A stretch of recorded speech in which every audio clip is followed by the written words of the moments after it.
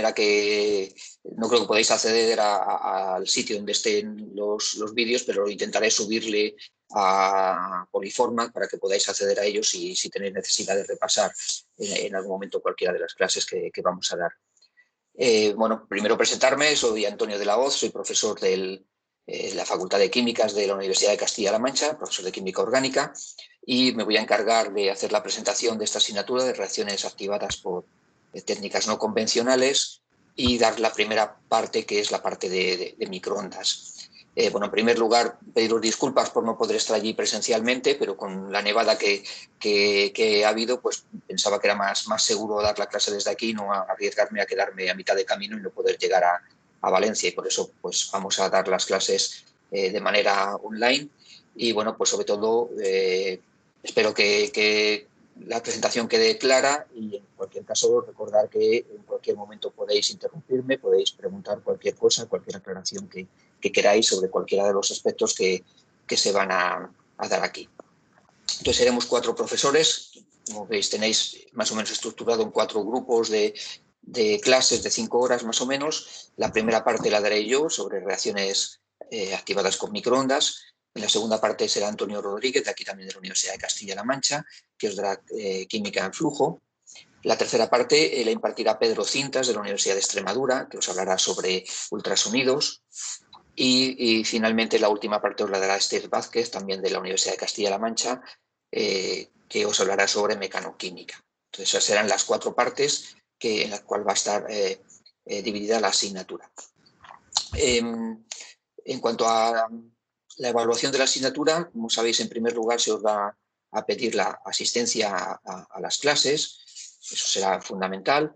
Y bueno, por otra parte, pues cada profesor os dirá más o menos qué requerimientos tiene. En caso de Esther Vázquez os hará algunas cuestiones, en el caso de Pedro Cintas tendréis que hacer una serie de ejercicios, pero en general lo que os vamos a pedir es que nos mandéis un pequeño trabajo bibliográfico, una extensión de unas 5 páginas aproximadamente, de la aplicación de cualquiera de las técnicas que vamos a ver a vuestro tema de trabajo fin de máster. Supongo que tendréis un tema muy concreto asignado sobre, no sé si será experimental o bibliográfico, sobre uno de los tipos de compuestos o estructuras. Bueno, pues lo que me gustaría es que el trabajo fuese eminentemente práctico, es decir, que os pueda ser útil para vuestro trabajo fin de máster y bueno, pues que veáis, escogáis alguna de las técnicas que vamos a ver aquí y que veáis qué aplicaciones tiene esa técnica en vuestro trabajo fin de máster. Bueno, pues entonces sin más preámbulos vamos a comenzar con la presentación. Entonces voy a compartir el escritorio para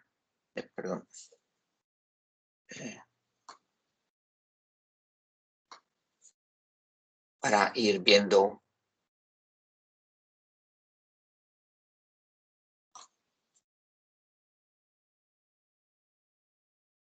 a ver, me parece que lo estoy compartiendo mal.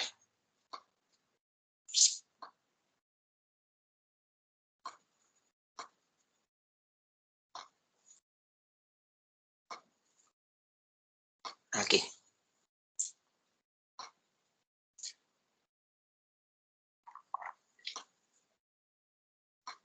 Bueno, aquí tenéis un poco la presentación de la radiación microondas. Bueno, nosotros somos un grupo dedicado a microondas en química orgánica sostenible. Tenéis ahí la dirección web y también mi correo electrónico para que bueno, pues en cualquier momento podáis, o bien cuando tengáis que enviarme los trabajos, lo enviáis a este correo electrónico o cualquier consulta que necesitéis sobre cualquiera de los temas que vamos a ver en esta asignatura, pues ahí tenéis el correo electrónico para consultarme.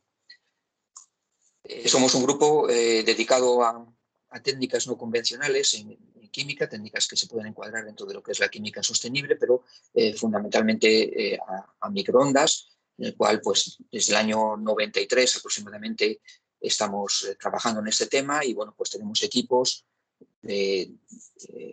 para trabajar prácticamente en cualquier escala, desde 5 mililitros, un reactor extremadamente pequeños, los reactores más convencionales para trabajar hasta un máximo de 100 mililitros, también para trabajar con un carrusel y por tanto con varias reacciones simultáneamente, sistemas para trabajar a baja temperatura o sistemas que permiten con una frecuencia de 1 gigahercios aproximadamente trabajar con un volumen de hasta 2 litros. Como veis, pues hemos presentado multitud de publicaciones, más de 100 publicaciones de síntesis orgánica asistida por microondas, y bueno, pues como resultado pues, de ese extenso currículum en química con microondas, pues somos los editores de la tercera edición del libro Microondas en síntesis orgánica, que es un poco como la Biblia de los microondas en esta disciplina.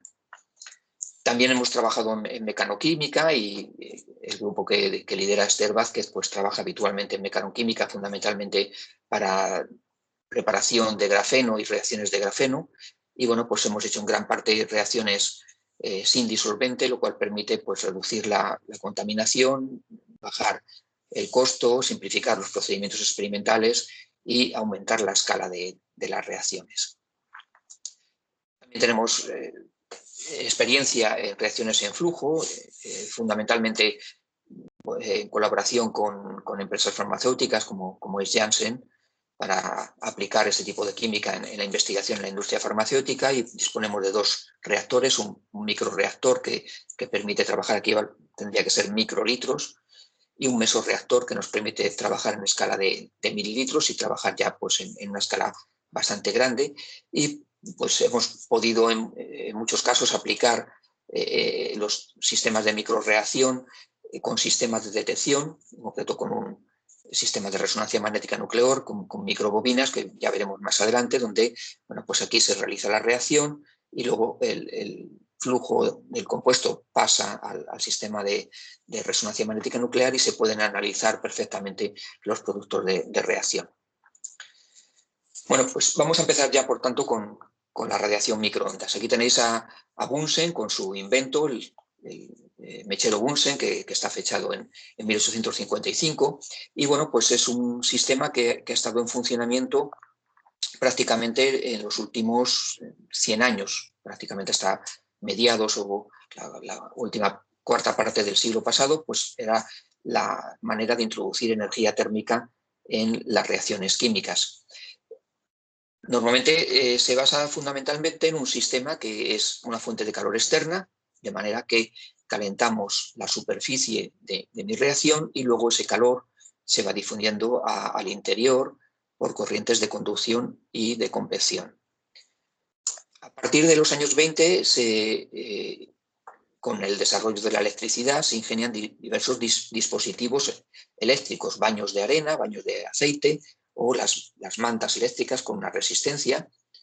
Son sistemas más modernos que el mechero Bunsen, no utilizan el gas, la quema de gas para la calefacción, pero fundamentalmente el sistema es igual. Tenemos nuevamente una fuente externa de calor, calentamos la superficie del reactor, de la reacción, y luego el calor se transmite al interior nuevamente por corrientes de conducción y convección. Es decir, lo único que cambiamos es que en un caso empleamos energía eléctrica, en el otro caso empleamos el gas, la combustión del gas.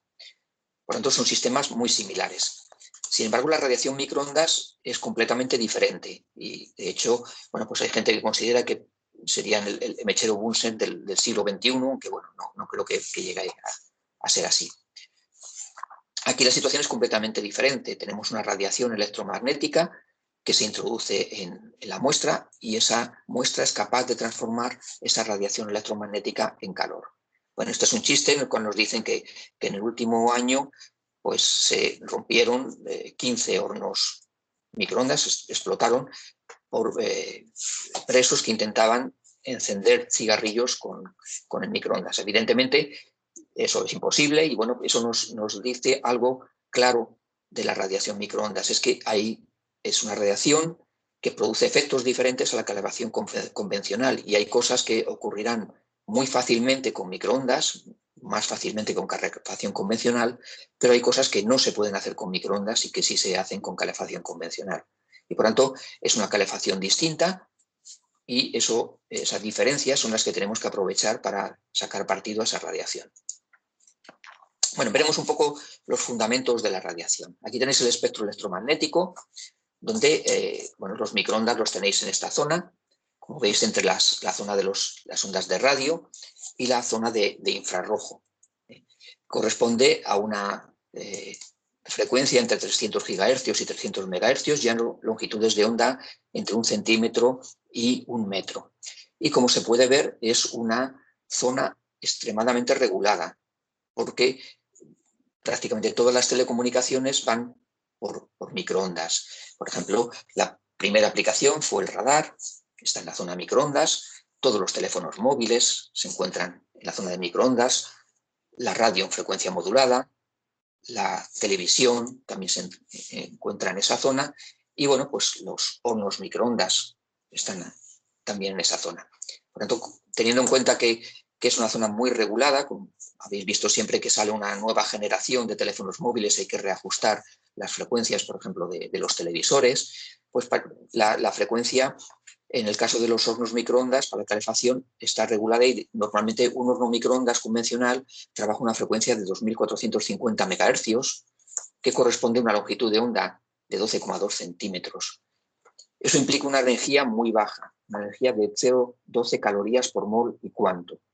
Eso nos indica que con microondas no es posible producir transiciones entre niveles energéticos, ni entre niveles electrónicos, ni vibracionales, ni rotacionales. Es cierto que hay una espectroscopía microondas que sí que produce transiciones entre niveles rotacionales, pero que está en la zona de 30 GHz y trabaja normalmente en fase de vapor. Nosotros lo que vamos a trabajar es una frecuencia en la cual lo único que se va a producir es una calefacción dieléctrica con microondas. En ningún caso se van a producir transiciones energéticas y, evidentemente, ni mucho menos se van a producir ruptura de enlaces por la energía de microondas. Es simplemente un sistema de calefacción. Aquí tenéis otras frecuencias que se pueden utilizar, frecuencias ISM, industriales, científicas y médicas, y bueno, pues ahí tenéis la más habitual, que es la de 2.450 MHz, pero también se pueden utilizar la de 915, aproximadamente 1 GHz, que tiene una longitud de onda superior, 32,75 centímetros, y 5,8 GHz, que tiene una longitud de onda inferior de 5,17 centímetros. Pero repito, la más habitual es la que tenéis marcada en rojo, 2.450 MHz, que es la que utilizan todos los hornos microondas. Lo que os decía es que en ningún caso es posible romper enlaces. Y bueno, pues ahí tenéis la energía suministrada en cada caso con microondas a 245 GHz, a 0,3 GHz o 30 GHz, pero fijaros que esa energía es muy pequeña comparada con la energía de cualquier enlace. Y por tanto, en ningún caso, repito, es posible romper enlaces con microondas. Solamente lo que vamos a hacer es calefacción con microondas. ¿De qué depende que una sustancia se caliente con microondas? Pues depende fundamentalmente de las propiedades dieléctricas y fundamentalmente de dos factores. En primer lugar, la constante dieléctrica, epsilon prima. Es lo que llamamos la permitividad, la parte real de la permitividad. La constante dieléctrica nos mide la capacidad de una sustancia de absorber la radiación microondas y por lo tanto necesitamos un valor alto de la constante dieléctrica para que la sustancia se pueda calentar. Entonces, por ejemplo, el agua, que tiene un valor de 76,7, absorberá bien la radiación microondas. El tetraclorometano tiene un valor de 2,2, no se calentará con microondas, no absorbe la radiación microondas.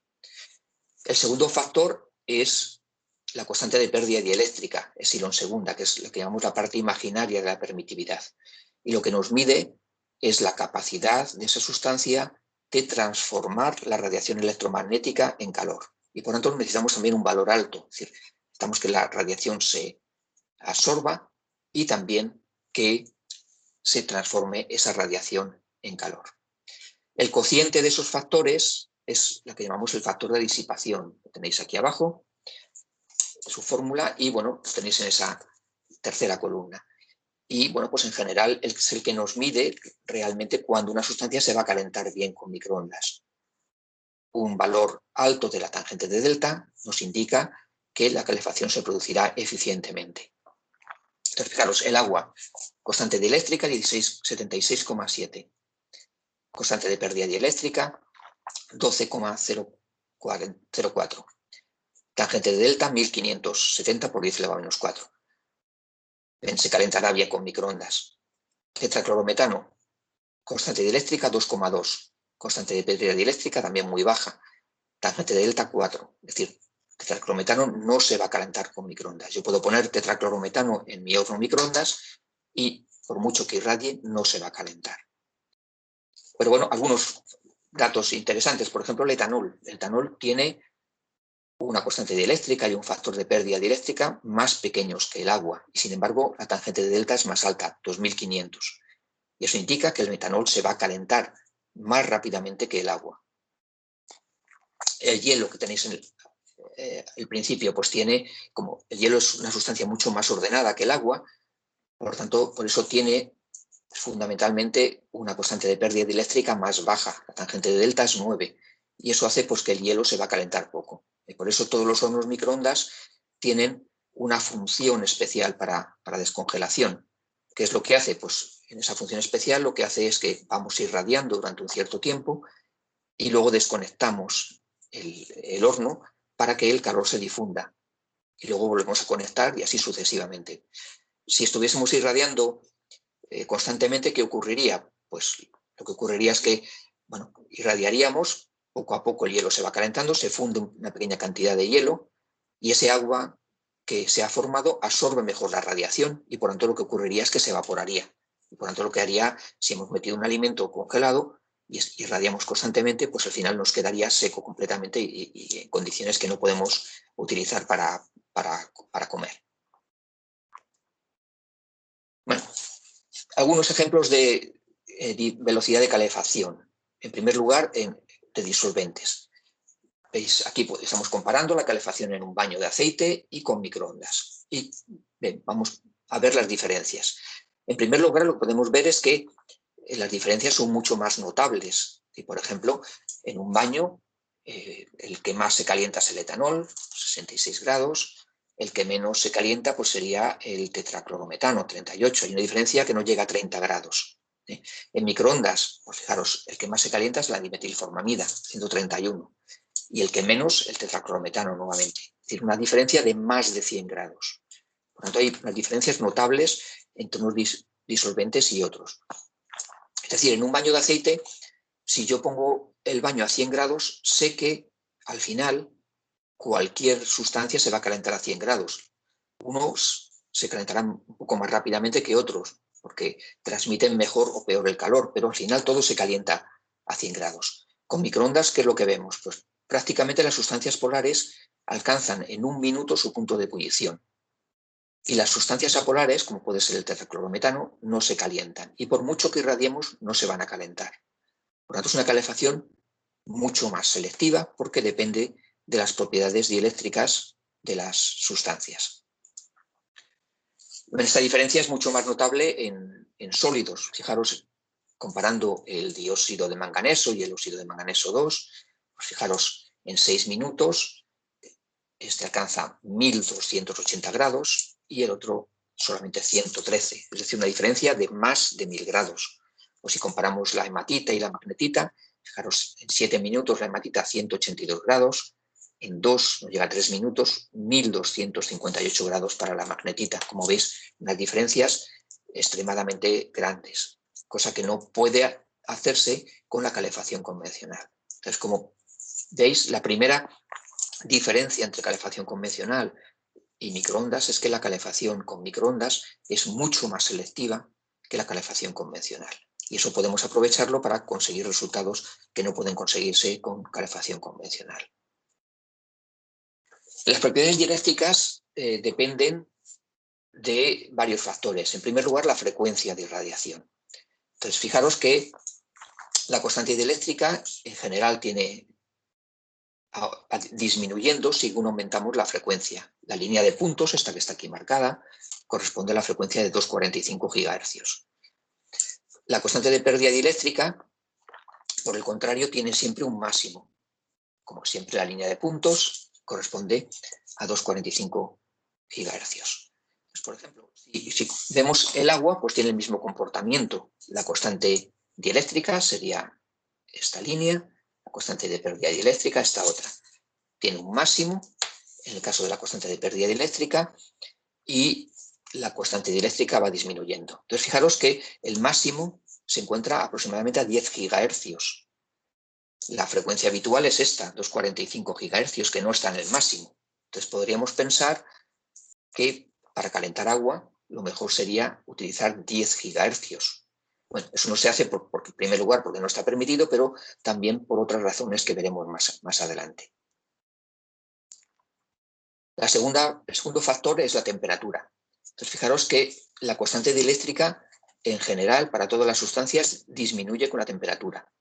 Entonces, fijaros el caso del agua, que es la primera curva que tenéis, va disminuyendo notablemente. Y eso hace que, por ejemplo, el agua a 300 grados tiene una constante dieléctrica aproximadamente idéntica a la acetona a temperatura ambiente. ¿Eso qué significa? Pues significa que el agua a 300 grados se comporta como un disolvente pseudoorgánico, va a disolver las mismas sustancias que disuelve la acetona a temperatura ambiente. Y eso tiene también otro hecho importante, y es que el agua cada vez absorbe menos la radiación. Y de hecho, ahí lo tenéis, el agua supercrítica es transparente a los microondas. Y eso hace pues, que la temperatura se autorregule. Entonces, por ejemplo, si yo hago una representación de la temperatura en función del tiempo con microondas, pues siempre voy a tener una curva como esta. Una curva asintótica, de manera que llegará un momento en el cual no es posible superar una determinada temperatura. ¿Y eso a qué se debe? Pues se debe a que, según pasa el tiempo, pues se va a absorber, según aumenta la temperatura, se va a absorber menos radiación microondas y va a disiparse calor al exterior. Y por lo tanto la disipación de calor al exterior va a compensar la calefacción con microondas. Entonces, de alguna manera, se controla de manera inteligente la temperatura. No puedo calentar hasta el infinito una determinada sustancia porque esa misma sustancia se va a autocontrolar en su calefacción.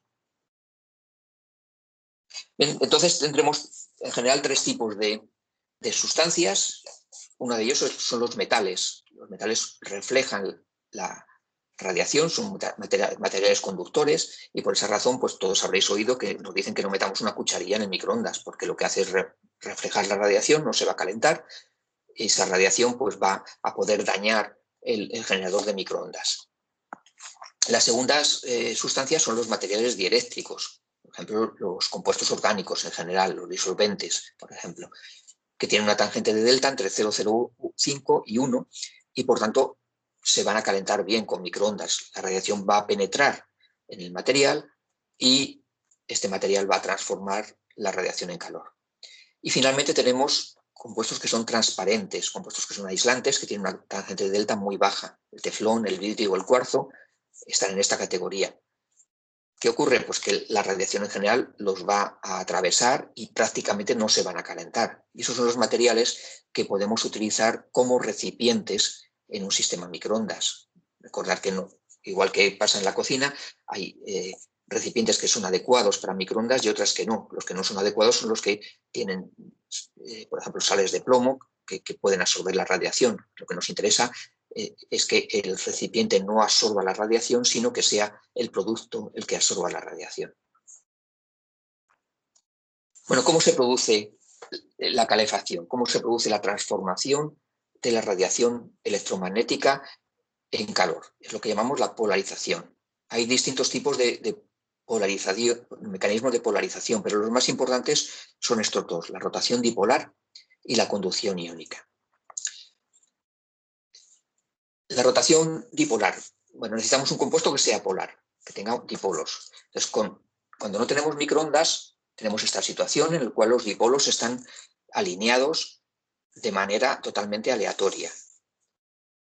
¿Qué ocurre con microondas? La radiación microondas es una radiación altamente polarizante. Y entonces los dipolos lo que tienden es a alinearse con el campo microondas. Lo que ocurre es que a la frecuencia de 2450 MHz, el campo rota 4,9 por 10 elevado a 9 veces por segundo.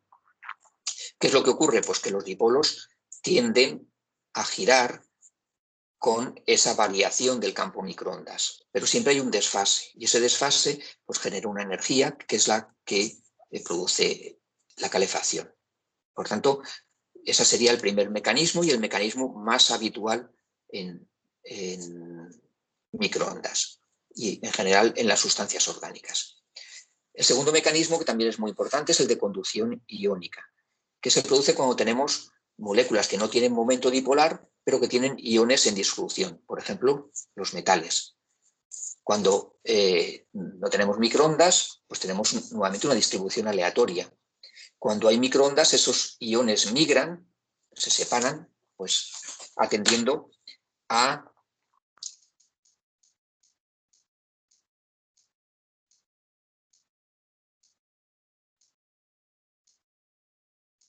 esa migración se produce en un sentido o en otro, dependiendo de la variación del campo microondas. Nuevamente, pues existe un desfase y ese desfase pues, se libera en forma de energía y en forma de calor.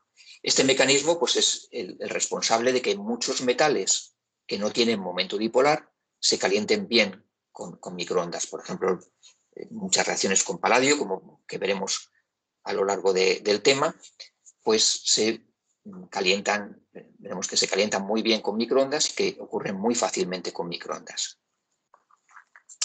Por último, un factor importante es la penetración. La penetración se define como la penetración dentro del material a la cual el campo disminuye en 37% de su valor inicial, es decir, prácticamente a un tercio. Entonces, ¿la penetración de qué depende? Depende de la longitud de onda y depende también de las propiedades dieléctricas del material. Entonces, por ejemplo, en el agua, si tengo 2,45 GHz, pues puedo ver que según aumento la temperatura, como cambian las constantes dieléctricas, pues la penetración es mayor. 1,4 centímetros a 25 grados, 5,7 centímetros a 95 grados. Los materiales que no absorben bien la radiación, como veis, la penetración es muy grande. Bien, ¿qué problema tiene este? Pues tiene un problema grande. En general, las sustancias que absorben muy bien la radiación tienen un factor de penetración muy pequeño. Es decir, cuanto mejor se caliente con microondas, menos cantidad de muestra puedo calentar. Y eso hace pues, que sea muy difícil encontrar aplicaciones industriales de la radiación microondas, porque no puedo calentar grandes volúmenes de muestra. Es decir, no puedo calentar un reactor de 2000 litros de agua porque sé que lo que voy a calentar fundamentalmente es esta penetración de 1,4 centímetros. Lo mismo ocurre con la frecuencia. Una mayor frecuencia implica una mayor energía, pero una menor longitud de onda y, por tanto, una menor penetración. Y por esa razón, como veíamos en agua, pues la mejor calefacción se producía a 10 GHz, pero la penetración en ese caso va a ser de menos de 1 centímetro y, por tanto, pues no es la mejor longitud de onda o la mejor frecuencia para calentar agua. Bien, un poco de resumen de lo que hemos visto, pues cómo se produce, qué diferencias existen entre los microondas y la calefacción clásica.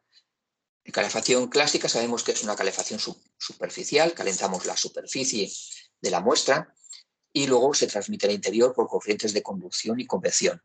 Y bueno, pues sabemos que va a ser una calefacción lenta, no es selectiva, por lo tanto no depende de las propiedades del material. Es decir, si yo meto cualquier sustancia en un baño de aceite, se va a calentar a la temperatura que yo he puesto el baño de aceite. ¿Cómo controlo la temperatura? Pues simplemente con la temperatura del baño de aceite, que me va a marcar la temperatura de la superficie de la muestra.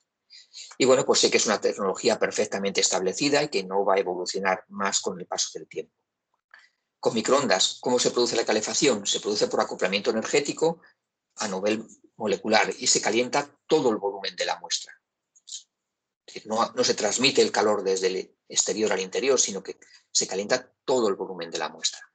Por esa razón es una calefacción rápida y también es selectiva y que depende de las propiedades del material. Como hemos visto, las sustancias polares se van a calentar muy eficientemente. Las sustancias apolares no se van a calentar. También hemos visto que pues hay un control inteligente de la calefacción. Hemos visto que de alguna manera la sustancia se autorregula en su calefacción, ya que las propiedades dieléctricas varían con la temperatura. Y sabemos que es una tecnología emergente.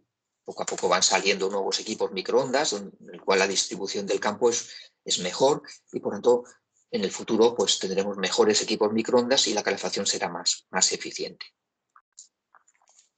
Bueno, lo siguiente que tenemos que ver es qué sistemas microondas tenemos. Este es el primer horno microondas que se diseñó.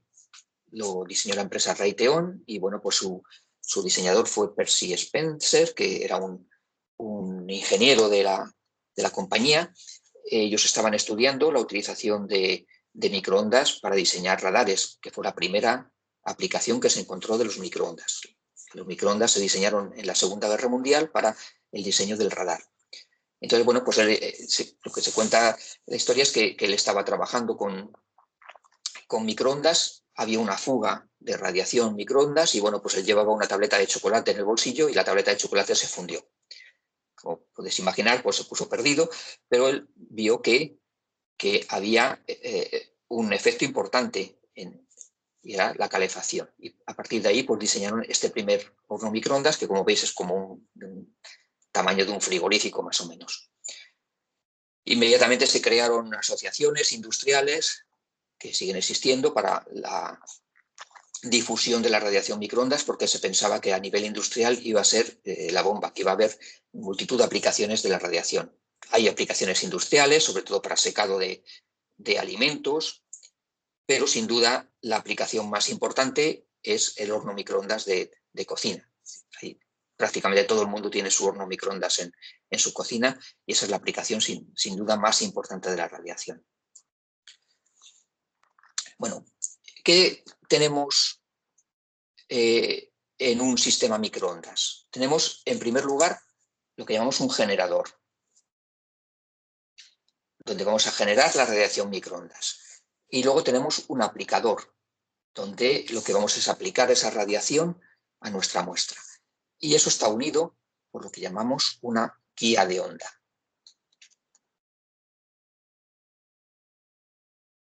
Bueno, vamos a ver un poco esos componentes.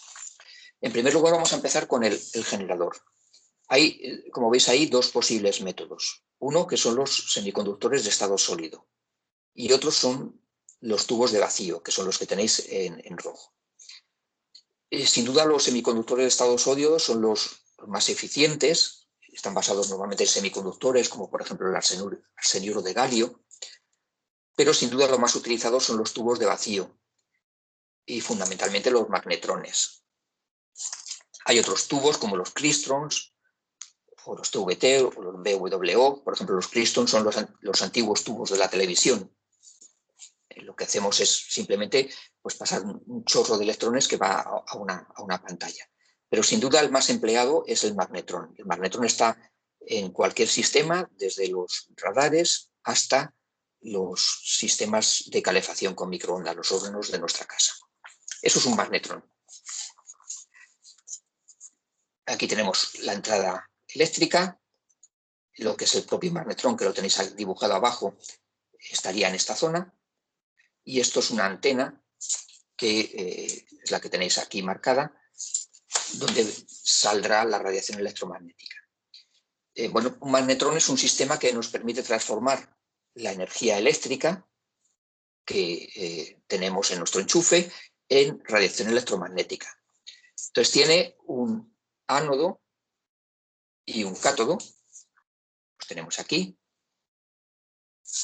Están en un sistema a vacío, con una alta diferencia de energía potencial, y tenemos perpendicular un campo magnético. De manera que los electrones pasarán del cátodo al ánodo siguiendo trayectorias en espiral. Lo tenéis aquí marcado, movimiento de los electrones con el campo eléctrico y con el campo magnético, pues una trayectoria que va a ser en espiral. El ánodo tiene un número par de cavidades, que son estas que tenemos aquí. Y esas cavidades actúan como cámaras de resonancia y es lo que facilita la transformación de la radiación eléctrica en radiación electromagnética. Estamos haciendo un cambio de frecuencia. Es un poco parecido a lo que hacemos, por ejemplo, cuando soplas, que tienes un sonido totalmente inaudible, pero si yo pongo una botella y soplo por el cuello de la botella, pues suena. Estoy haciendo un cambio de frecuencias de manera que paso de una frecuencia inaudible a una frecuencia audible. Y bueno, pues eso es lo que hace esas cavidades. ¿De acuerdo? Es una cámara de resonancia que me transforma la radiación eléctrica en radiación electromagnética. Luego finalmente tengo una antena que lo que hace es amplificar la señal y pasar esa radiación electromagnética a la guía de onda y por tanto al aplicador. Por tanto, vamos a tener una radiación electromagnética, tengo un campo eléctrico asociado y un campo magnético asociado. Esos dos campos son perpendiculares, de manera que hay zonas donde el campo eléctrico es máximo y en ese caso el campo magnético es mínimo, está en la parte central, y al revés hay zonas donde el campo magnético es máximo y en esa zona el campo eléctrico es mínimo. Normalmente se considera que el campo eléctrico es el responsable de la calefacción, aunque veremos ejemplos en los cuales pues, la sustancia se calienta mejor cuando están expuestas al máximo campo magnético. Bueno, los aplicadores. Tenemos dos tipos de aplicadores, los sistemas multimodo y los sistemas monomodo. Un sistema multimodo es el horno microondas casero. Bueno, ¿qué características tiene? Fijaros, aquí tenemos el magnetrón en esta zona. Tenemos una guía de onda muy pequeña que iría por aquí y aquí tenemos un ventilador que lo que hace es distribuir la radiación microondas.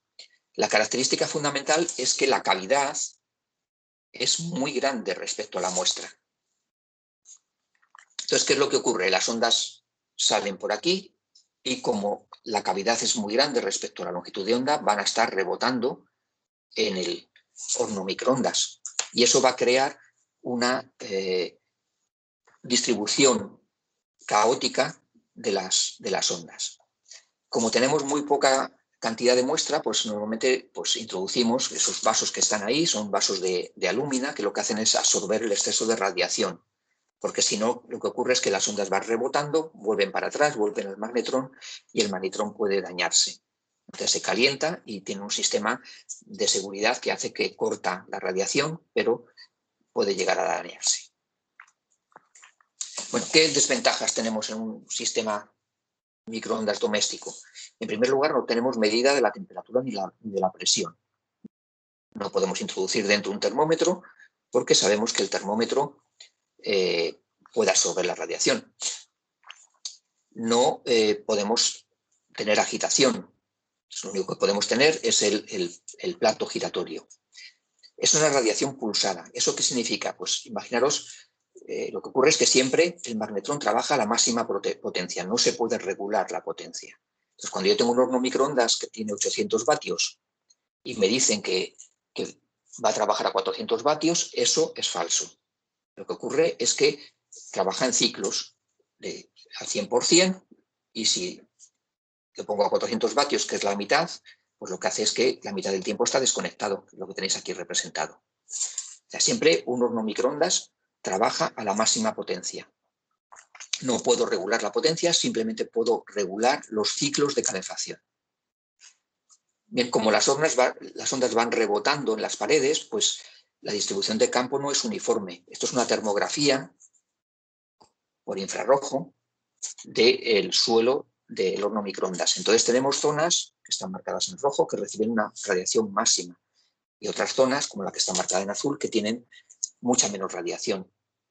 Entonces, claro, si hago una reacción aquí y quiero tener siempre la misma radiación tengo que ponerlo siempre en el mismo sitio, pondría mi muestra siempre en ese punto.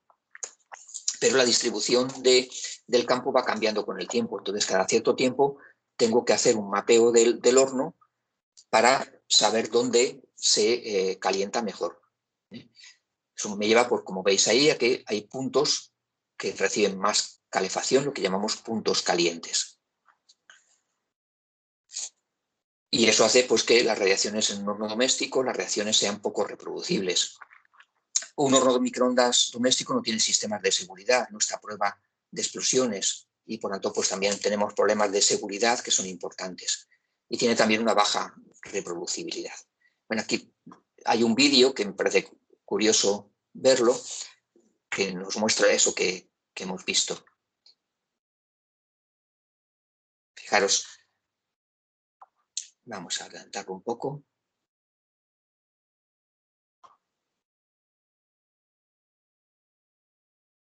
Por aquí. Bien, fijaros, eso que tenéis ahí es una placa donde se han puesto bombillas LED.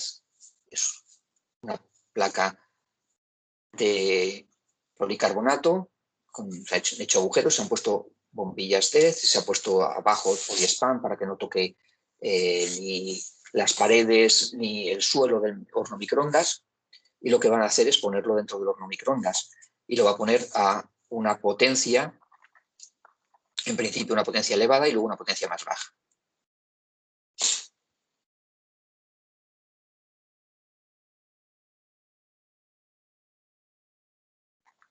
Bueno, entonces como veis, no se encienden todas las bombillas a la vez.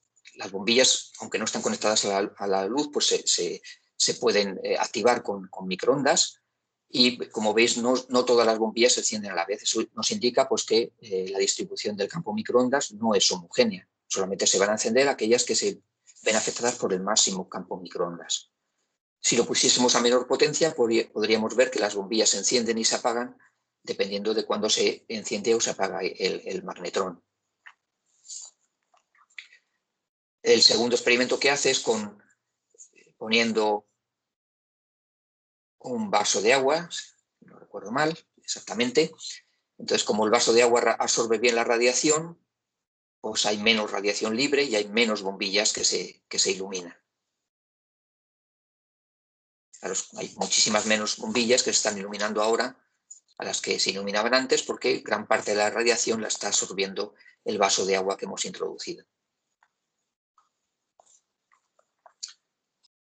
Bueno, por tanto, como veis, este vídeo pues, nos muestra cómo la distribución microondas no es uniforme, como no todas las partes del horno microondas van a recibir la misma radiación.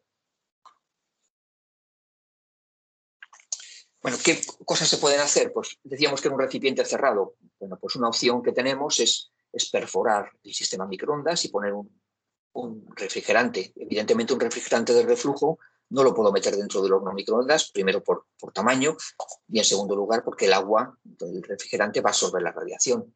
Decíamos que tampoco se puede agitar. Bueno, pues sí, podemos perforar también la parte de abajo y, bueno, pues poner un agitador magnético. Tenemos aquí una salida y por aquí puede escaparse la radiación, pero normalmente si ponemos una salida con un tubo de acero inoxidable de una longitud que sea al menos la longitud de onda, de unos 12 o 15 centímetros, pues la radiación microondas no se va a salir de ahí. En sistemas comerciales, pues lo que hay son dos magnetrones. Tenemos dos magnetrones, una pirámide difusora, y de esa manera pues la distribución de la radiación microondas en el horno es bastante homogénea y de esa manera pues se evitan algunos de los problemas de los hornos microondas. Y bueno, pues aquí tenéis algunos sistemas comerciales que se venden de sistemas multimodo diseñados para síntesis química. Los primeros son de Milestone, donde fijaros que está perforado y aquí podemos introducir un sistema de reflujo.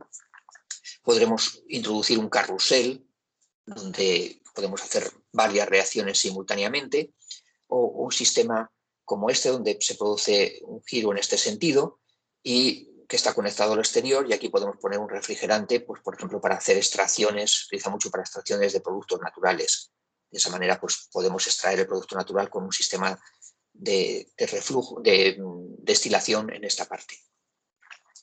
Luego podemos introducir distintos tipos de carruseles para hacer distintos tipos de reacciones, o incluso se puede meter una cámara para poder ver qué es lo que ocurre dentro del horno microondas. Estos son los de otras casas comerciales, de CEM, de Anton Par o de Saidem, que bueno, pues son bastante grandes, tienen puertas de seguridad y por tanto se pueden trabajar con bastante seguridad en un laboratorio. Pero en cualquier caso son hornos siempre multimodo con las características que hemos visto. La segunda opción son los reactores microondas monomodo. Bien, aquí fijaros tenemos el magnetrón en esta parte, con su antena que estaría aquí, una guía de onda que tiene una anchura igual a la longitud de onda, es decir, de 12,2 centímetros. Y aquí tenemos el aplicador. Entonces, fijaros que, y la muestra, fijaros que el aplicador ahora es del tamaño, exactamente del tamaño de la muestra, exactamente igual. A diferencia de lo que hemos visto en los sistemas multimodo. ¿Eso qué hace? Pues fijaros, como la guía de onda tiene el mismo tamaño que la longitud de onda, enfocamos las ondas directamente a la muestra. Y eso hace que se aproveche mucho mejor la radiación. Por otra parte, fijaros que es un sistema abierto y por tanto en la parte superior podemos conectar sistemas habituales de laboratorio, sistemas de adición o bien un refrigerante, etc. Y bueno, pues podemos conectar también sistemas de agitación o como pone aquí un pirómetro infrarrojo que me va a permitir la medida de la temperatura. Entonces, en cuanto a diferencias, pues la distribución de ondas, como hemos visto, en una cavidad multimodo era caótica, porque las ondas rebotaban, mientras que en el caso de una cavidad monomodo tenemos ondas estáticas, puesto que enfocamos directamente la radiación a la muestra y por lo tanto se aprovecha mucho mejor la radiación. Comparativamente, pues sabemos que en una cavidad multimodo es una cavidad grande y podemos trabajar a volúmenes grandes, hasta de 1 litro, mientras que en una cavidad monomodo es una cavidad compacta, pequeña, y podemos trabajar solamente a pequeña escala, hasta 50 mililitros. Por tanto, en el primer caso podemos escalar con mayor facilidad, mientras que en el segundo caso no podemos escalar, solamente podemos hacerlo si trabajamos en flujo continuo. Aquí podemos hacer síntesis paralela con una cavidad multimodo, es decir, podemos hacer varias reacciones a la vez.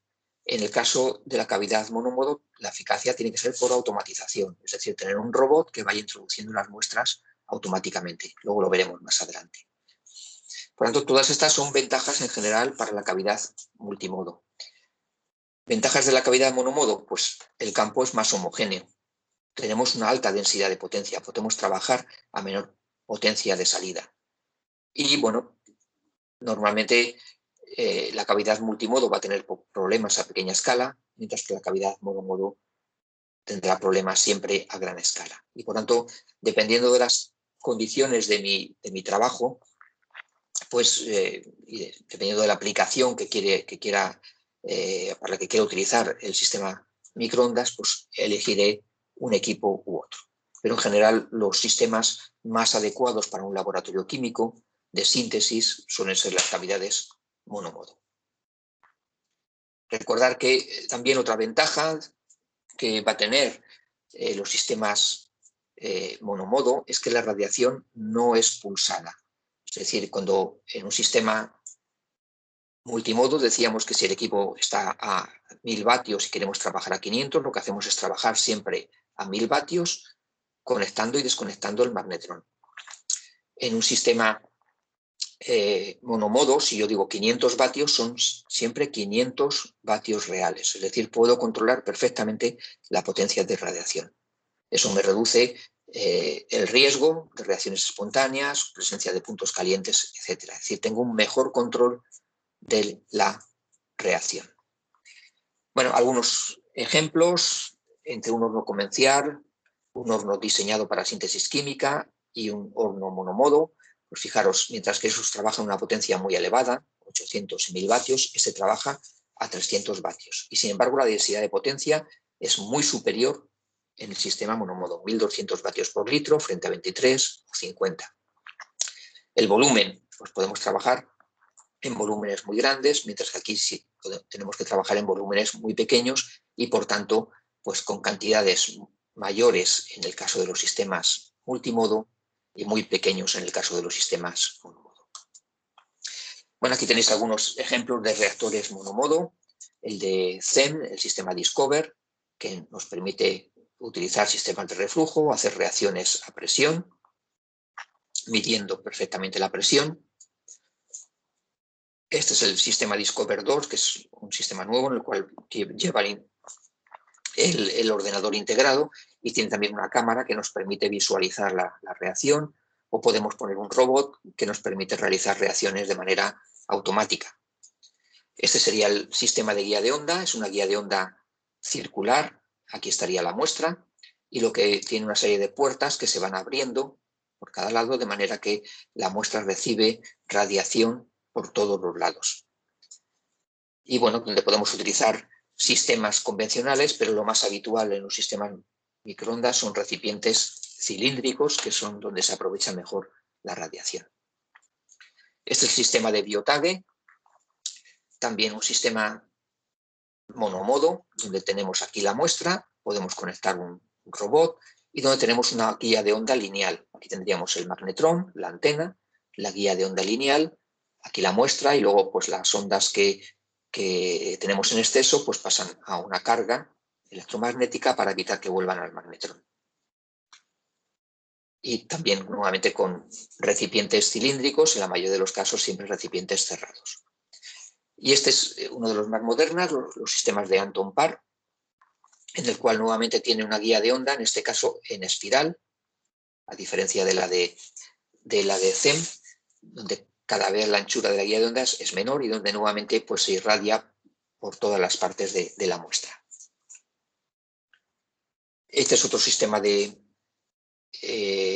microondas monomodo, el de Milestone, donde tenemos el magnetrón, la guía de onda y la radiación, en este caso, entra por la parte inferior de la muestra. Y bueno, pues se pueden poner una reacción o reacciones múltiples, hasta 15 sistemas de reacción con control perfecto de la temperatura, de la potencia y de la presión. Como veis, el sistema es como una pequeña vitrina y por tanto tiene todas las medidas de seguridad. Y luego hay sistemas que se pueden diseñar a medida. Aquí tenemos sistemas de 245, de 1 GHz, o de 5,8 GHz. Este sería el generador de microondas, en ese caso un generador de estado sólido. Aquí tendríamos la guía de onda, normalmente de una anchura similar a la longitud de onda, y aquí tendríamos el aplicador, que es donde introducimos nuestra muestra. Este es el esquema habitual, donde, bueno, el generador de microondas, la guía de onda, donde hay que llaman un three-step tuner, que nos permite regular bien, hace una regulación fina de la longitud de onda.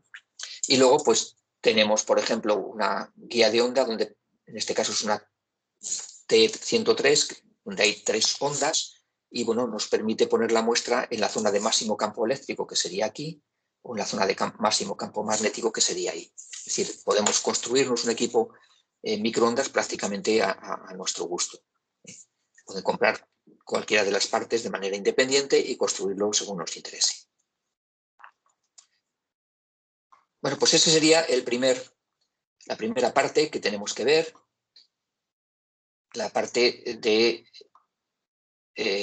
fundamentos y aplicaciones de equipamiento de microondas. En la segunda parte vamos a ver algunos aspectos prácticos de cómo se trabaja con microondas.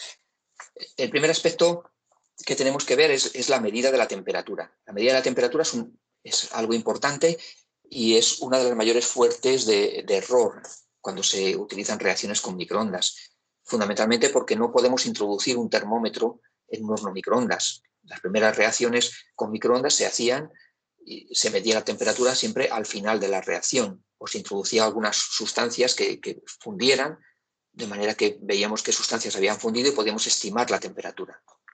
No podemos meter un termómetro de mercurio porque el mercurio absorbe la radiación. No podemos meter un termopar porque el termopar es metálico y absorbe la radiación. Entonces, ¿qué sistemas de medida de la temperatura tenemos? Uno de ellos es un termómetro de presión de gas que comercializa Anton Par, en el cual, bueno, tenemos un sistema de vidrio con un bulbo, con un gas. Bueno, ese gas pues, se va a calentar con la temperatura de la muestra. Cuando el gas se calienta, se expande y aquí tenemos un transductor de presión, es decir, una placa metálica que va a medir ese aumento de la presión. Y eso va a generar una corriente eléctrica y eso lo vamos a traducir en temperatura.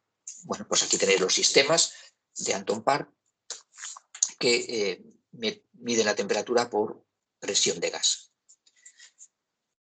La segunda opción es un termómetro fluoróptico.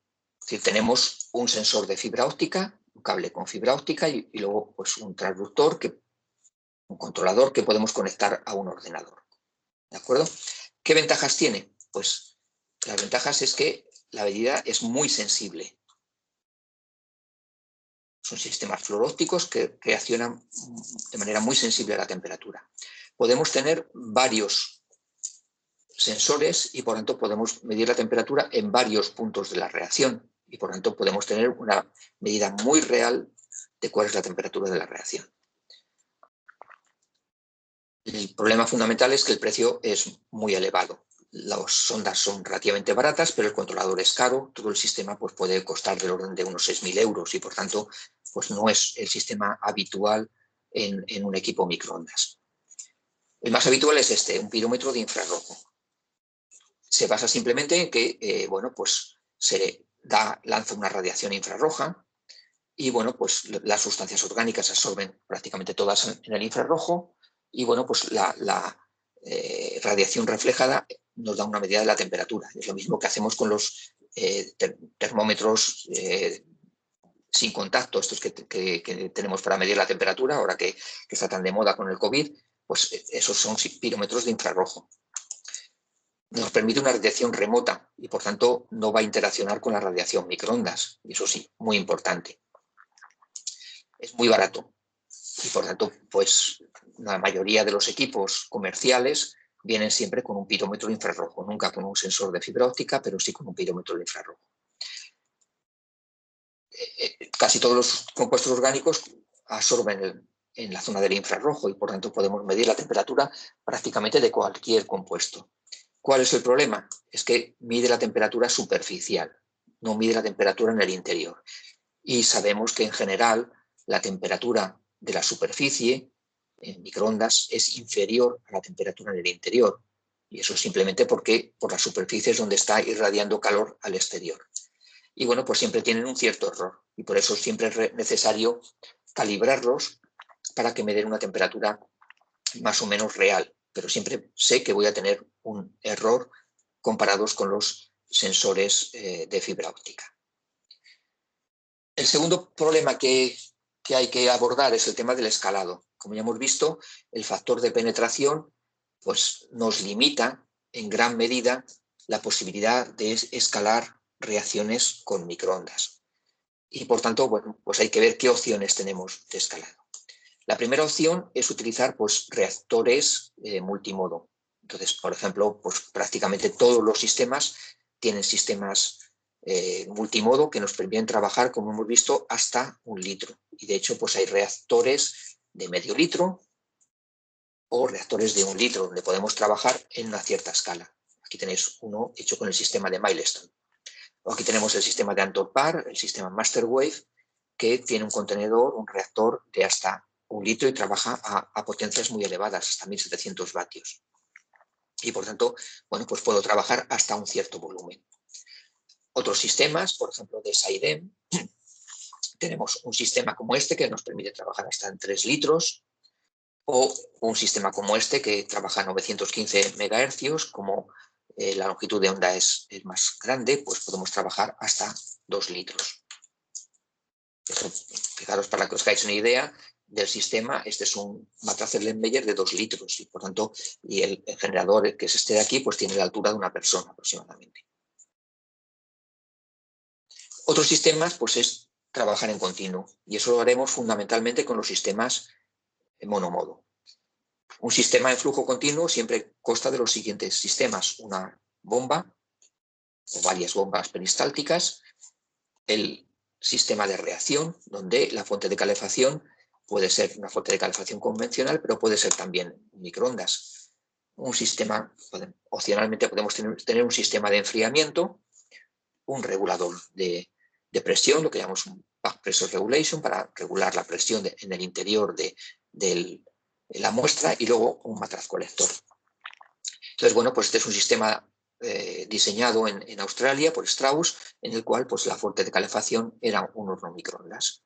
Y algunas reacciones hechas con microondas, reacciones de esterificación o reacciones de eliminación de Hoffman, de aminas, sales de amonio cuaternarias, para obtener dobles enlaces. Bueno, todos los sistemas microondas comerciales pues también te lo venden con bombas. Aquí tenemos dos bombas de un sistema de HPLC que nos permiten pues trabajar en flujo continuo. Aquí el sistema de CEM, en el cual, pues bueno, un ejemplo, una cicloadición de una acida con éster acetilénico para obtener 1, 2, 3 triazoles. Y bueno, por distintos reactores en flujo continuo, bien de teflón o de Kevlar, de vidrio, o con sistemas catalíticos dentro del sistema de flujo que nos permiten pues, introducir catalizadores en nuestra reacción en flujo. El sistema de biotag es un poco más complicado porque el sistema de biotag es un sistema totalmente cerrado. Entonces, bueno, pues un sistema en espiral donde tenemos la entrada y la salida por la parte inferior. Pero también podemos trabajar en flujo continuo, y aquí tenéis una reacción de sustitución nucleófila aromática de fluornitrobenceno con una amina que se realiza pues, en un flujo de 1 mililitro por minuto y permite obtener en 5 horas 9,3 gramos del producto que nos interesa. Sistemas de Milestone también en flujo continuo, donde tenemos aquí nuestra bomba para trabajar en flujo y bueno, pues dos reacciones de alquilación de fenoles y de benzimirazoles, perdón. El siguiente punto también importante es la monitorización. El primer problema que nos encontramos con la reacción microondas es que los sistemas microondas son sistemas totalmente cerrados. Yo cuando hago un reflujo pues puedo ver si hay cambios en el color de la reacción o si se produce la precipitación de un producto. Eso en un sistema microondas no lo puedo ver porque es un sistema totalmente cerrado.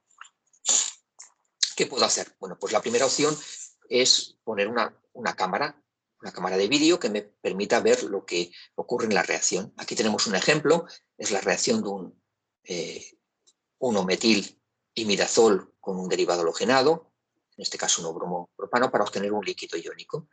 Y bueno, pues podemos meter una cámara y podemos ver cómo se va produciendo la reacción. Al principio pues, no se ve nada, pero fijaros que empieza a verse un color por la parte superior, y poco a poco se va a ir depositando en la parte inferior el líquido iónico.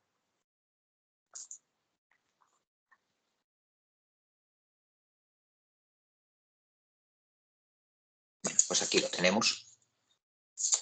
Entonces, como veis, no es un sistema que me permita ver de manera espectroscópica qué es lo que ocurre en la reacción, pero sí puedo verlo de manera visual. Y ya hay multitud de equipos que vienen con su cámara de vídeo incorporada y podemos ver al menos qué es lo que está pasando dentro de mi matraz de reacción.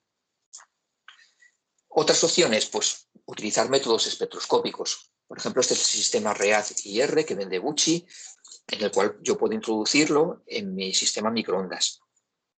Y puedo ver a una determinada frecuencia, un determinado número de ondas, cómo varían las bandas. Entonces, por ejemplo, aquí tenemos una reacción en la cual pues, la banda del producto de partida está a unos 900 centímetros menos 1, podemos ver que va disminuyendo, y la del producto final está a 1243 centímetros menos 1 y podemos ver que va aumentando y podemos ver pues, prácticamente que en este punto pues, se ha acabado la reacción. ¿Qué es lo que ocurre? Pues el sistema READ-IR es un sistema metálico y Por tanto, puede interferir con la radiación microondas y podría, a tiempos muy largos, pues también estropearse el sistema de detección. Otras opciones, pues sistemas Raman. Sistema Raman, pues similar al infrarrojo, pues me puede permitir determinar una banda de la radiación. Es un sistema remoto y, por tanto, pues no entra en contacto directamente con la muestra de reacción. Bueno, aquí tenéis un ejemplo. Es una reacción de acoplamiento de tipo Suzuki con un ácido borónico y un derivado halogenado para dar el producto de acoplamiento arilo-arilo. Claro, es que la reacción se realizaba en 10 minutos a 150 grados. Y bueno, lo que se analizó es la desaparición de la banda de vibración carbono-bromo. Y se puede ver pues, que en 135 segundos la reacción se había terminado. Es decir, en 2 minutos la reacción prácticamente se había terminado. Eso es importante saberlo. La monitorización in situ es uno de los principios de la química sostenible y eso se debe porque los compuestos orgánicos son térmicamente sensibles. Si la reacción se ha terminado en 2 minutos, 2 minutos y cuarto, eso quiere decir que desde los 2 minutos y cuarto hasta los 10 minutos estoy calentando el producto final y lo único que voy a hacer es que descomponga y por tanto que disminuya el rendimiento. Y por tanto es muy importante, en primer lugar porque consumo menos energía, pero en segundo lugar porque puedo mejorar los rendimientos si monitorizo la reacción y corto la reacción cuando la reacción realmente se ha terminado. Otra opción es utilizar la resonancia magnética nuclear. Hay distintos sistemas que permiten monitorizar reacciones en flujo, en muchos casos con equipos de resonancia de sobremesa. Nosotros utilizamos microbobinas de resonancia magnética nuclear, bobinas en las cuales el volumen dentro de la bobina de detección es de 6 nanolitros frente a los 600 microlitros que tiene un tubo de resonancia normal. Claro, la microbobina es esto que hay aquí. Y esto es 1 céntimo de euro. Que podéis imaginaros el volumen que trabajamos. Y por ahí debajo de la bobina pasa la muestra. La ventaja que tiene además es que, puesto que la bobina está muy cerca de la muestra, se aumenta la sensibilidad. Entonces, bueno, podemos tener distintos tipos de microbobinas o incluso podemos acoplarlas en este sistema. Este sería un sistema de flujo continuo a escala de microlitros. Esta sería una microbobina de resonancia. Y podemos combinarlas en este tipo de sistemas. Aquí tendríamos la microbobina de resonancia y aquí tendríamos el sistema de flujo. Bueno, pues fijaros, tendríamos el reactor externo al equipo de resonancia y por unos capilares lo introduciríamos dentro de la sonda de resonancia donde estaría la microbobina. Y bueno, pues por ejemplo, con microondas sabemos que la calefacción es muy rápida, pues podemos ir analizando a distintos tiempos, por ejemplo, una reacción de cicloadición Diels-Alder y podemos ver cómo va aumentando los metilos del producto final y cómo van disminuyendo los metilos del producto de partida y podemos ver en qué punto se acaba la reacción. Como la calefacción en un sistema de flujo en escala de microlitros es muy rápida, podemos incluso variar la temperatura y podemos ir viendo la conversión a distintas temperaturas y con un único experimento en flujo continuo y gastando unos pocos microlitros podemos optimizar fácilmente una reacción. Bien, el siguiente aspecto que veremos va a ser la metodología que podemos utilizar con microondas. La primera posibilidad es hacer reacciones a presión. Las primeras reacciones que se describieron con microondas eran siempre reacciones a presión. ¿Por qué? Porque se utilizaban hornos microondas convencionales, que eran sistemas cerrados, y si en 1 minuto se alcanzaba el punto de ebullición del disolvente, normalmente un disolvente polar, pues teníamos que tener un recipiente cerrado porque si el tiempo de reacción era más largo que 1 minuto, pues el disolvente se nos evaporaba. Entonces, bueno, siempre se hacían reacciones con recipientes cerrados con el consiguiente peligro de explosiones. Pero bueno, sí, se han hecho sistemas microondas comerciales diseñados para síntesis química que pueden hacer reacciones a presión. Por ejemplo, el sistema ETOS, donde tenemos ahí el recipiente cerrado a presión. También de Milestone, el sistema UltraCloud, que permite trabajar hasta 100 bares de presión. como en una autoclave, o sistemas de rotores, también sistemas cerrados donde se puede medir la presión y se puede controlar la presión en todos los recipientes. Y hay rotores, pues prácticamente los que queráis, desde, como veis en el primero, que son 6 recipientes, hasta el último, que debe tener del orden de 96 recipientes. Es decir, se pueden hacer con reacciones a presión en la cantidad que nos interese. Sistemas de Anton Par también, exactamente igual, siempre con rotores y con el sistema de medida de la temperatura por la medida de presión de gas. Los sistemas de CEN, también nuevamente con multitud de rotores, trabajando siempre a presión.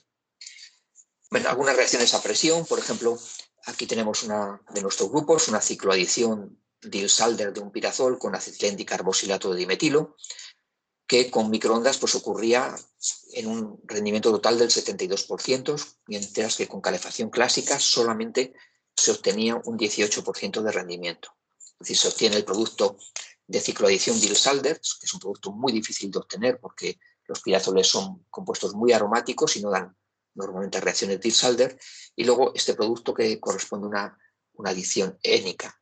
Y además se podía detectar este intermedio, que era el intermedio que conduce a este producto. Lo único que se produce a partir de ahí es una transposición sigmatrópica para que el doble enlace migre al anillo y se obtenga el compuesto aromático. Entonces, fijaros que se obtiene un rendimiento muy superior y además podemos detectar intermedios que no se detectan por calefacción clásica. Reacciones a presión se pueden hacer también incluso con gases. Los rotores permiten la adición de gases con este sistema en el cual se inyecta el gas y bueno, pues aquí tenemos una reacción de cicloadición en el cual empleamos etileno como gas en diclorobenceno, con microondas y una presión de 10 bares se produce la cicloadición y luego pues una hidrólisis del cloro para obtener el grupo carbonilo. Entonces fijaros que con calefacción clásica se obtenía un rendimiento del 53%, con microondas a presión a temperatura ambiente un 85%. Se pueden presurizar individualmente cada rotor, se puede añadir gas a un rotor sí y a otro no, y así pues, bueno, pues se pueden tener múltiples posibilidades de reacción. Otra opción, la segunda opción, hemos dicho primera reacciones a presión, la segunda opción es hacer reacciones en agua, teniendo en cuenta que el agua absorbe muy bien la radiación microondas. Las reacciones en agua por debajo de 100 grados lo que aprovechan es el efecto hidrofóbico, lo que se llama la química on water. Es decir, son sustancias orgánicas que son insolubles en agua. Cuando yo las disuelvo en agua, lo que obligo es a que entren en contacto y, por tanto, de esa manera pues pueden interaccionar para reaccionar. A partir de a temperaturas cercanas al punto crítico, que es de 334 grados centígrados, el agua se utiliza por sus aplicaciones degradativas. Entonces, por ejemplo, sabemos que la constante dieléctrica del agua varía con la temperatura. Es de 78 a 25 grados centígrados y es de 20 a 300 grados. Y decíamos que esa constante dieléctrica era similar a la de la acetona a temperatura ambiente. Y de esa manera se convierte en un disolvente pseudoorgánico. Es decir, el agua a 300 grados es capaz de disolver compuestos orgánicos, cosa que no hace habitualmente a temperatura ambiente. El segundo efecto importante es el producto iónico. Sabemos que el producto iónico del agua a temperatura ambiente es 14. Es decir, hay 10 elevado a 7 protones, 10 elevado a menos 7 protones y 10 elevado a menos 7 iones hidróxido. A 300 grados es 10 elevado a menos 10. Es decir, hay 10 elevado a menos 5 protones y 10 elevado a menos 5 grupos hidroxilo. Es decir, a 300 grados se comporta como un ácido y como una base fuerte. Y por eso se pueden utilizar para aplicaciones degradativas. Un ejemplo de aplicación de reacciones en agua, un acoplamiento de Suzuki, que es de los que más vamos a utilizar. Normalmente se realizan con catálisis por paladio. Fijaros, aquí se hace con bromuro de tetrabutilamonio, es decir, un catálisis por transferencia de fase, pero sin utilizar paladio. Y como veis, lo que ocurre es que el rendimiento es muy similar, pero el tiempo de reacción se reduce de 120 minutos a 5 minutos. Lo fundamental es que podemos hacer una reacción de acoplamiento sin utilizar paladio como catalizador. Reacciones cerca del punto crítico, pues fijaros, tenemos ésteres y aminas con agua a 295 grados, es decir, cerca del punto crítico, a presión, y se produce la hidrólisis. Lo importante, no empleamos ni ácido ni base, simplemente con agua que puede actuar como un ácido o una base fuerte. Y hacemos hidrólisis de sustancias que son muy difíciles de hidrolizar, como son las amidas al correspondiente ácido carboxílico. Entonces, como veis, desde el punto de vista de la química sostenible, este es un aspecto importante, ya que podemos evitar el empleo de ácidos y de bases que son altamente contaminantes. Simplemente hacemos una hidrólisis con agua. Otra técnica interesante y curiosa es la descrita por Bose en Estados Unidos, que es la que llama química MORE, Microwave Organic Reaction Enhancement. Normalmente utiliza un horno microondas convencional y utiliza un disolvente muy polar, como puede ser, por ejemplo, el clorobenceno, y concentraciones muy elevadas. Lo que se trata es calentar cerca del punto de ebullición del disolvente sin que se produzca la ebullición en un tiempo muy corto. Como vamos a calentar a temperaturas muy elevadas, voy a utilizar concentraciones también muy elevadas. Incluso los productos pueden no ser solubles a temperatura ambiente, ya que se disolverán cuando caliente. Entonces, fijaros, se realiza una reacción, es una reacción de Staudinger, en el cual utilizo una imina y genero una acetena con un cloruro de ácido, alfa-beta insaturado, y una amina, la N-metilmorfolina. Lo que puedo ver es que los tiempos de reacción se reducen notablemente, desde horas a segundos o minutos, pero también se produce un cambio en la selectividad. Fijaros, aquí si comparo estas dos, de 25-75, 40-60, y bueno, pues en este caso, a tiempos cortos, pues no se mantiene la selectividad, pero bueno, el rendimiento es muy inferior con calefacción convencional. Entonces, esa sería la situación, utilizar un disolvente de alto punto de ebullición, de manera que la reacción se produzca muy rápidamente, en tiempo de segundos, sin que se alcance el punto de ebullición del disolvente. El único inconveniente es que si el producto no precipita al final de la reacción, la eliminación del disolvente es bastante difícil, puesto que es un disolvente de alto punto de ebullición. Bueno, en ese sentido, pues disolventes que tienen puntos de ebullición muy elevados y que son muy polares son los líquidos iónicos. Recordar que un líquido iónico es una sal, normalmente de un heterociclo, en la mayoría de los casos de imidazoles, que son líquidos a temperatura ambiente. La ventaja que tienen es que su tensión de vapor es cero a temperatura ambiente y su punto de ebullición es extremadamente elevado. Y además son muy polares y por tanto, pues la radiación microondas la van a absorber muy bien y podemos calentarlos muy eficientemente.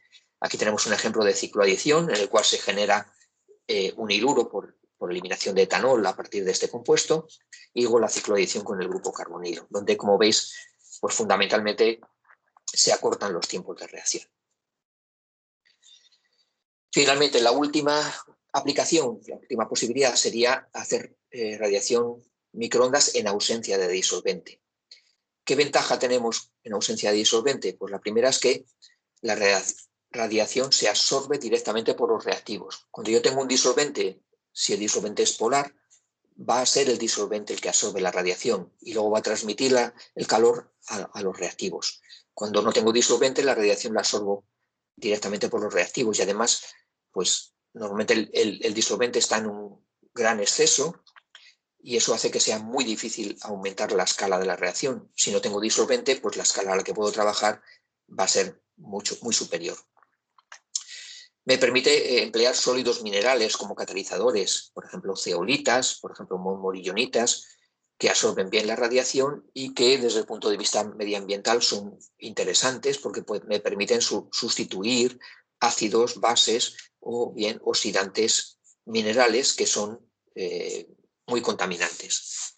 Y luego me permite la compaginación con otras técnicas que ahora veremos. Bien, efectos también adicionales: aumento la eficacia energética porque la radiación se absorbe por los reactivos, se reduce el empleo de disolventes que son altamente contaminantes, tóxicos, son volátiles y también pueden producir accidentes por descargas eléctricas. Se simplifican los procesos de aislamiento y purificación. Si no tengo el disolvente, pues en muchos casos puedo aislar directamente el producto por sublimación o bien por destilación. Permiten la utilización de catalizadores reciclables. Estos sólidos minerales que veíamos, como son zeolitas o morillonitas, pues las puedo separar muy fácilmente, prácticamente por filtración. Y por lo tanto puedo separarlos y reutilizarlos. Y bueno, puesto que no tengo disolvente, como he dicho antes, puedo aumentar fácilmente la escala de la reacción y de esa manera soluciono en parte uno de los graves problemas de la radiación microondas. Bueno, algunos ejemplos. Fijaros, este es un ejemplo de nuestro grupo, una alquilación del 1,2,4-triazol con bromuro de bencilo, que permite obtener el 1-bencil 1,2,4-triazol o el 4-bencil 1,2,4-triazol. Normalmente se hace en presencia de base, por ejemplo, con catálisis por transferencia de fase y potasa. Y siempre el producto de alquilación en uno es el mayoritario, es un 87% frente a un 13% y un rendimiento del 74%. Bueno, nosotros hicimos la reacción tal cual, sin disolvente y sin base. Con calefacción convencional lo que veo es que obtengo un rendimiento muy bajo y fundamentalmente el producto de cuaternización. Una vez que se produce la primera alquilación, pues la segunda alquilación se produce en esta posición o en esta otra y se obtiene siempre el mismo producto. Opciones: bajar la temperatura. Pues fijaros que lo que ocurre es que el rendimiento sigue siendo muy bajo. Si alargo el tiempo de reacción, el producto descompone. Si lo hago con microondas a 5 minutos, 165 grados, es decir, las mismas condiciones que aquí. Pues fijaros que el rendimiento es muy superior, es parecido al que obtengo con base, pero obtengo solamente el producto de alquilación en uno.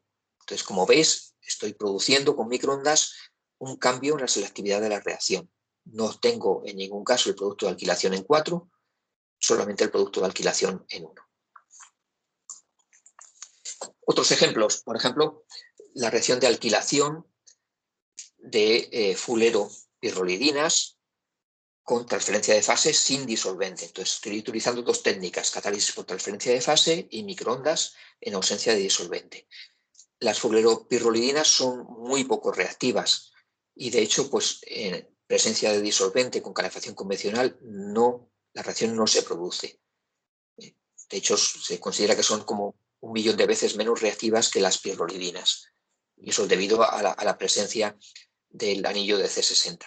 Bueno, en este caso se obtenían con rendimientos bajos, del orden del 20-30%, pero al menos se obtenían. Es decir, podíamos aislar los productos de reacción, cosa que no conseguíamos con calefacción convencional. Bien, y finalmente pues podemos tener acoplamiento de la radiación microondas con otras técnicas, de manera que se puede aprovechar el efecto de la sinergia de una técnica con otra. Cada técnica tendrá sus características diferentes y lo que se trata es de aprovechar las características complementarias de cada una de ellas. La primera de ellas es microondas y ultrasonidos. Existen sistemas en el cual en un horno convencional se puede introducir una sonda de ultrasonidos o en un sistema monomodo se pueden introducir también sondas de ultrasonidos. Sabemos que con microondas se produce una buena transferencia de calor, la calefacción homogénea en todo el volumen de la muestra, mientras que con ultrasonidos lo que se produce es una buena transferencia de masa en la interfase, se producen ondas de cavitación y por tanto son dos técnicas que pueden ser complementarias. Aquí tenemos las características: microondas, una radiación electromagnética; ultrasonidos, ondas de cavitación, ondas de presión. Necesitamos materiales que absorban bien la radiación microondas. En el caso de ultrasonidos, sistemas acuosos o disolventes orgánicos. En cuanto al mecanismo de transmisión de la energía, con microondas calefacción dieléctrica y posiblemente efectos térmicos que veremos más adelante. Y en el caso de ultrasonidos, efectos de cavitación y también efectos mecánicos. Por ejemplo, sólidos que sean de tamaño grande se pueden fragmentar y, por tanto, pues eso aumenta la superficie específica. Y de esa manera pues podemos tener múltiples efectos, como son aceleración de las conversiones, mejora en la transferencia de calor y de masa y, por tanto, cambios en la regio, quimio y estereoselectividad.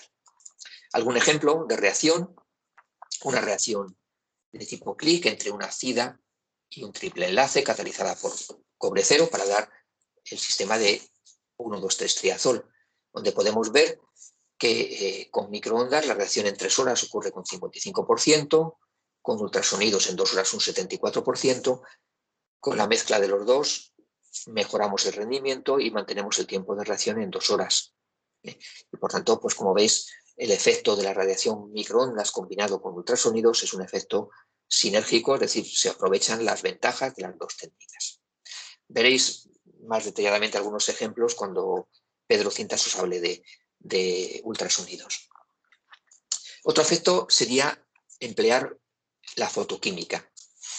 Bueno, recordar que con fotoquímica, pues lo que hacemos es utilizar una fuente de microondas que va a calentar nuestra muestra y, bueno, pues podemos también irradiar la muestra simultáneamente con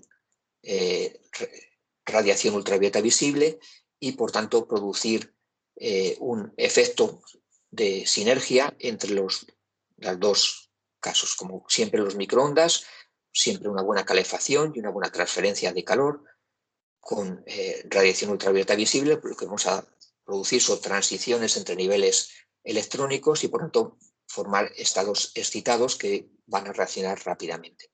Y vamos a utilizar lo que llamamos la EDL, la lámpara de descarga sin electrodos. ¿Qué es lo que vamos a hacer? Pues fijaros, con un sistema como este, pues lo que vamos a introducir en una burbuja como esta, un gas cargado y un activador que se va a activar con microondas. Hemos visto al principio un vídeo en el cual pues unas luces LED se calentaban directamente, se encendían directamente con microondas. Eso pasa lo mismo, por ejemplo, si metemos un tubo fluorescente dentro de un microondas, pasa lo mismo sin enchufarlo a la corriente eléctrica, simplemente con la radiación microondas se van a encender. Pues eso es lo que vamos a hacer, por eso hablamos de una lámpara de descarga sin electrodos, es decir, la lámpara no va a estar conectada a la red eléctrica, sino que se va a encender con microondas. Entonces, ¿qué podemos hacer? Pues podemos introducir distintos tipos de gases, por ejemplo, argón, como veis, kripton, xenón, neón, etc. Podemos tener distintas especies excitadas, simplemente metales, mercurio, cadmio, hierro, zinc, cobre, sodio, etc. Y eso nos va a dar distintas bandas de emisión. Es decir, una combinación de gas con la especie excitada me va a dar una banda de emisión diferente. Es decir, puedo seleccionar perfectamente la banda de emisión cambiando el gas o la especie excitada. Y bueno, pues aquí lo tenemos. Fijaros, esta es una lámpara de descarga sin electrodos dentro de un horno microondas que se enciende cuando enciendo la radiación. Entonces estoy irradiando simultáneamente con microondas y con radiación ultravioleta visible. También tengo lámparas de inmersión posibles. Aquí tenéis una lámpara de inmersión, esta sí está conectada a la red, pero en principio lo más interesante es la lámpara de descarga sin electrodos. Bueno, ¿qué ventajas y desventajas tiene? Bueno, en primer lugar, ventajas. Pues puedo irradiar simultáneamente la muestra con ultravioleta y microondas. Es decir, puedo aprovechar las características de las dos radiaciones. Puedo hacer reacciones fotoquímicas a temperaturas elevadas. Normalmente las reacciones fotoquímicas se realizan a temperatura ambiente. La eficacia va a ser muy elevada porque la lámpara está dentro de la muestra, directamente dentro, y por tanto se aprovecha muy bien la radiación ultravioleta visible. El experimento, como veis, es muy sencillo. Es un bulbo en el cual he introducido el gas y el metal y, por tanto, eso no cuesta prácticamente nada. Puedo utilizar equipos microondas comerciales, la lámpara funciona sin cables y por tanto no voy a tener ningún problema de descargas eléctricas. Y también puedo seleccionar, como hemos visto, la salida espectral simplemente cambiando el gas o también el metal activador. Desventajas, pues también hay bastantes, claro. Hay dificultades para llevar a cabo experimentos por debajo del punto de ebullición del disolvente, porque la muestra se va a calentar con microondas y se va a calentar en general bastante, y también se va a calentar por la radiación ultravioleta visible. Y por eso tengo que tener mayores precauciones de seguridad. Otro problema es que cuando si se sobrecalienta la lámpara, puede causar fallos de emisión y por tanto pues, producir fallos en la emisión, pues puede llevarme a resultados no reproducibles. Y luego siempre un disolvente polar que absorbe muy bien la radiación, puede ocurrir que se reduzca la eficacia de la lámpara de descarga sin electrodos. Hemos visto antes en el vídeo también que cuando introducíamos un vaso de agua, pues la radiación se absorbía fundamentalmente por el agua y había menos lámparas que se encendían. Por tanto, hay menos radiación disponible para la lámpara de descarga sin electrodos. Y eso puede ser un problema a la hora de ver la eficacia de la radiación fotoquímica. Bueno, ¿cómo ocurriría? Pues fijaros, imaginaros yo tengo una radiación, una molécula M, hago una reacción con microondas y obtengo el producto R. Hago la reacción con radiación ultravioleta visible y obtengo la especie excitada, que da a un lugar a un intermedio y finalmente un producto P. Si esto ocurre, la reacción no es útil, porque en ese caso no hay una sinergia entre las dos reacciones, se obtienen productos diferentes. Lo importante es cuando la radiación microondas pues, conduce al mismo producto P. En ese caso pues, puede haber una sinergia y puedo conseguir mejorar esa reacción utilizando conjuntamente la radiación microondas y la radiación ultravioleta visible. ¿Cuándo será útil esta reacción? Pues cuando tengamos una situación como la que está puesta aquí abajo. Fijaros, con la molécula M, con radiación ultravioleta visible, tendré una molécula excitada, que me va a dar un intermedio y finalmente el producto. Con microondas yo voy a tener una molécula activada con microondas, que con luz me va a dar la misma especie excitada. Y bueno, pues lo que me interesa es que este proceso sea más rápido que el de arriba. Luego tendré el intermedio y luego nuevamente el intermedio se va a calentar con microondas para dar el intermedio activado con microondas que da el producto final. Lo que me interesa es que este proceso sea más rápido que el proceso directo. En ese caso es cuando la radiación va a ser útil. Y tenemos algún ejemplo. Este sistema, esta acetona, pues lo que formo el estado excitado por radiación microondas, obtengo el estado singlete, que por crucientes sistemas me da el estado triplete. Aquí lo tengo marcado. Y bueno, pues lo que ocurre es que en presencia de disolvente se me va a formar un dirradical que estará solvatado por el disolvente o un dirradical libre del disolvente. Y eso me va a dar lugar a dos productos. Uno es la fragmentación, que me daría lugar a la correspondiente cetona por pérdida de este grupo, o la ciclación de los dos radicales para obtener el compuesto ciclobutánico.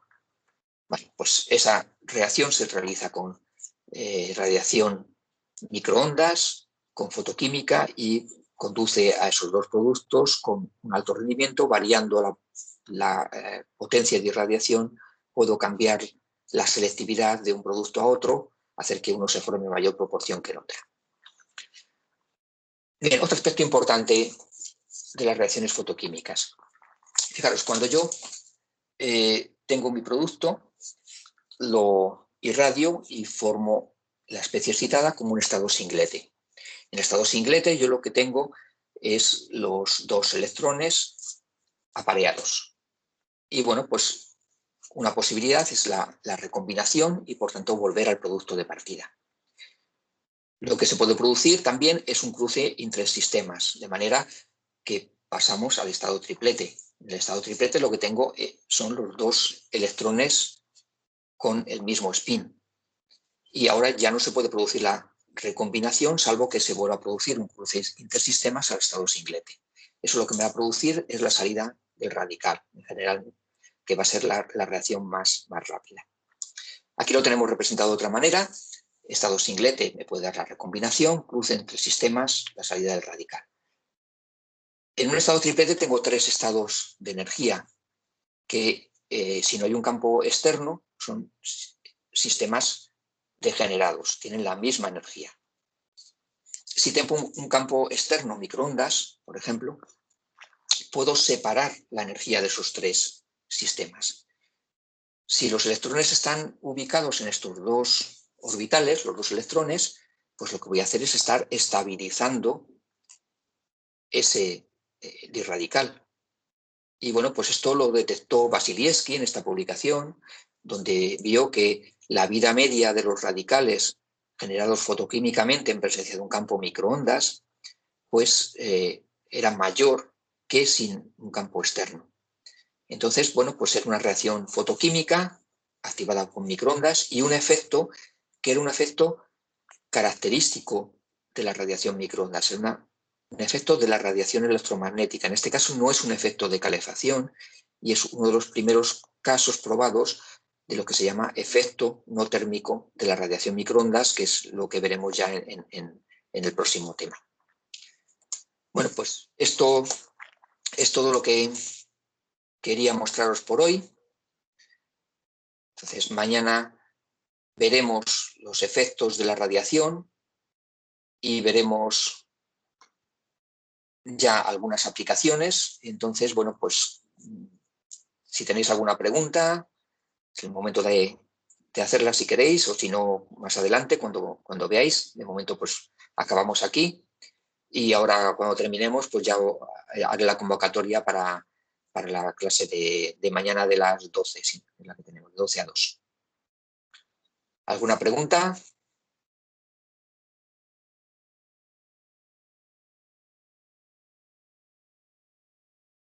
Bueno, pues si no hay ninguna pregunta, pues desconectamos y nos vemos mañana a las 12. ¿De acuerdo? Vale, hasta mañana. Hasta mañana. Vale, hasta mañana.